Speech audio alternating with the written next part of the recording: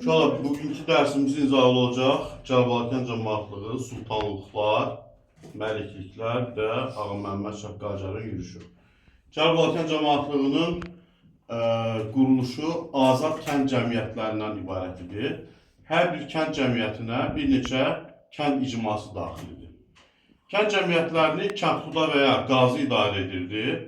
Ailə orqan xalq yığıncağı idi. 18-ci əsrin 50-ci illərinin sonlarına qədər Cəbrayılkən Şəkinin tərkibində olmuşdu. Cəbrayılkənin müstəqilliyin qorunmasında Şəki böyük rol oynamışdı. Sultanlıqlar İlsu, Borçalı və Ərəş sultanlıqları Səfəvilərin dövründə yaranmışdı. Şəmşəddil, Qazax və Borçalı sultanlıqları isə 18-ci əsrin ortalarında, yəni Nadirin ölümündən sonra və yaxud 18-ci əsrin ikinci yarısında yaranmışdılar. İlisi sultanlığı 16-cı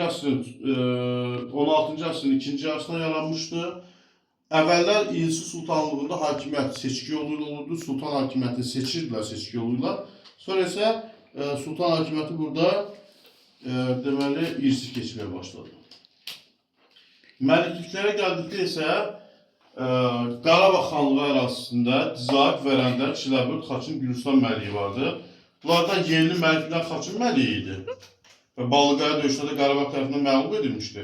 Bu məlikliklər Qarabağ xanlığının müstəqilliyi üçün təhlükə törədirdilər, çünki onlar separatçı siyasət yeridirdilər. Ağa Məhəmməd Şah Qacar. Ağa Məhəmməd Şah Qacar Məhəmməd Həsən xan Qacarın oğludur. Qacarların türk mənşəli Qacarlar sülaləsinə mənsubdur. Və Ağa Məhəmməd Şah Qacarın zəndlərlə mübarizəsi uğursuz olmuşdu, həbs olunmuşdu. Amma Kərim xan Zəndin ölümündən sonra hakimiyyət uğrunda mübarizəyə başlayır. 1786-cı ildə Zəndəni məğlub edərək paytaxtı Tehrana köçürür. Qacar Azərbaycanın cənub xanlıqlarına 18-ci əsrin 90-cı illərində tabe edir. Şimal xanlıqlarına yürüş etməzdən əvvəl onlara müraciət edir, tabe olmasını istəyir. Xanlıqların çoxsu bu təklifi rədd edirlər. 1795-ci ildə Qacarın Azərbaycanın şimal torpaqlarına birinci yürüşü olur. Bu zaman Gəncə, Şəki və Quba xanları Qacara tabe olduqlarını bildirirlər. Lakin Qarabağlı İbrahim Xəlil xan, Lənkəranlı Mustafa xan, Gürcüşarı İraqli, bir də İrəvanlı Məhəmməd Hüseyin xan Qacara tabe olmur. Onlar Qacara qarşı hətta ittifaq qururlar, amma düzdür, bu ittifaq ciddi şəkildə fəaliyyət göstərə bilmir.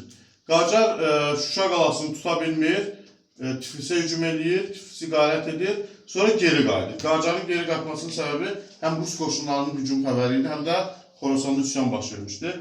1796-cı ildə Ruslar hücum edilər, General Zubovun başçılığına hücum edilər.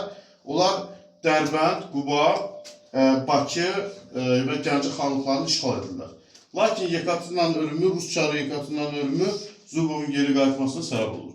1797-ci ildə Ağa Məhəmməd Şah Qacar artıq 1796-cı ildə rəsmən şah titulunu rəsmi şəkildə qəbul etmişdi, Tacqoyun mərasimi keçirmişdi.